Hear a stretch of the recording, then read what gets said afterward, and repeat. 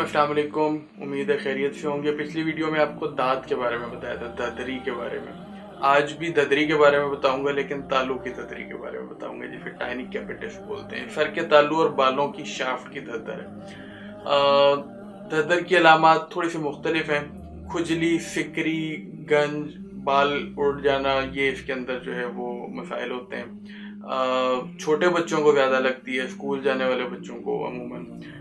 और खारिश होती है, सर में शदीद सुर्खी हो जाती है, ओफेरिया में जलन होती है, गंज भी उसकी वजह से होना शुरू हो जाता है, बाल चर्बी बोलते हैं।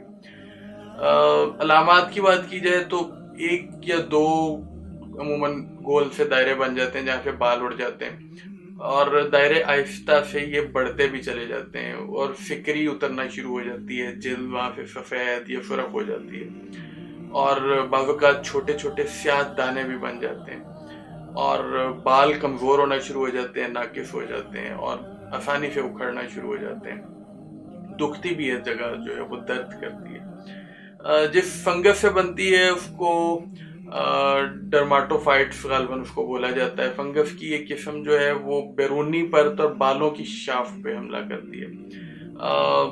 इसको फैलती भी है, ज़ाहिर है मुतअद्दी मर्ज़ है, तो जिस तरह से दूसरी ददर जो है वो फैलती है, उसी तरह से ये भी फैलती है। जैसा कि इंसानों से इंसानों को भी लग जाती है, और अशिया से भी इंसानों को लग जाती है, इंसानों को जानवरों से भी लग जाती है, और बच्चों को तो खासकर बावक़ात पालतू जानवरों के लगी होती है।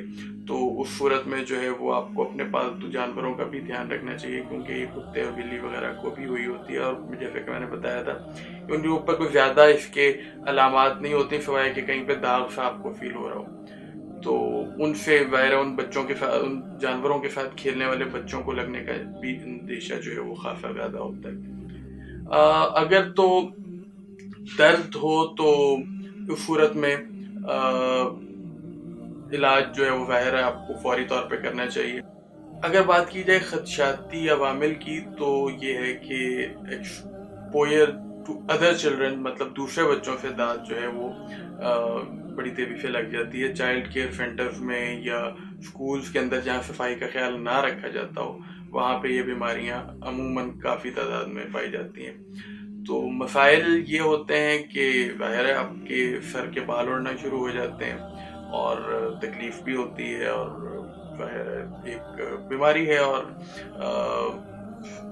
आपकी पर्सनैलिटी भी ख़राब कर देती है, ऐसी बीमारी है। तो इसका इलाज वैसे तो बहुत सारे, जिस तरह के दूसरे दर्द के हैं, वही चीज़ें यहाँ पे भी लगाई जा सकती हैं। तो बस ये है कि अमूमन चूँकि ये ज़रा बच्चों को होती है, तो इसमें ज़रा थोड़े सी लो पोटेंसी की दवाइयाँ इस्तेमाल की जाती हैं। किसी अच्छे से मेडिकेटेड शैम्पू को इस्तेमाल कीजिए फंगस को भगाने के लिए, और टी ट्री ऑयल जो है उसको आप लगा सकते हैं, जैसा कि मैंने बताया सर पे, उससे भी जो है वो फर्क पड़ता है। इसके अलावा आप जिस तरह के बाकी चीज़ों के अंदर दर्द के अंदर मैंने आपको बताया कि एजुकेट योरसेल्फ एंड अदर्स से रिलेटेड के भी दूसरों को आप बताइए कि कैसे इससे बचा जा सकता है, और ख्याल रखिए कि आपको जो है वो सफाई का अपना खास ख्याल रखिए। शैम्पू जो है वो रेगुलर कीजिए। बच्चों का सर खासकर बाकायदगी से धोइए, और बाल कटवाने के बाद भी एक ये भी ध्यान में रखिए कि नाइयों से भी जो है वो ये बावक़ात लग जाता है कि अगर एक मरीज को लगाओ तो आपके बच्चे को भी लग सकता है। और इन्फेक्टेड एनिमल अगर आपके घर में कोई है तो उससे परहेज कीजिए।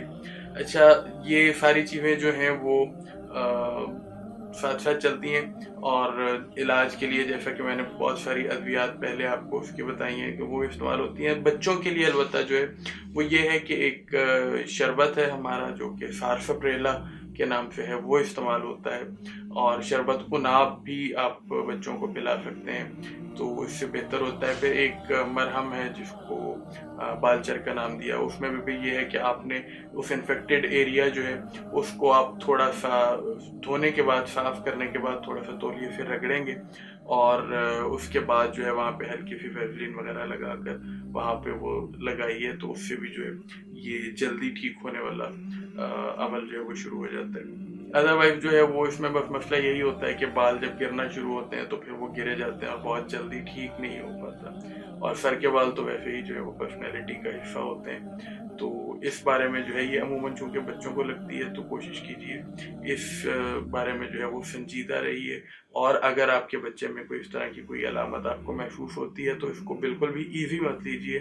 जितना जल्दी ट्रीट कर लेंगे उतना आसानी से इसका इलाज जो है वो मुमकिन है। जितना देर करेंगे उतना इलाज तवील होता जाएगा। उम्मीद है आपको कुछ ना कुछ इसमें भी मालूमात मिली होंगी।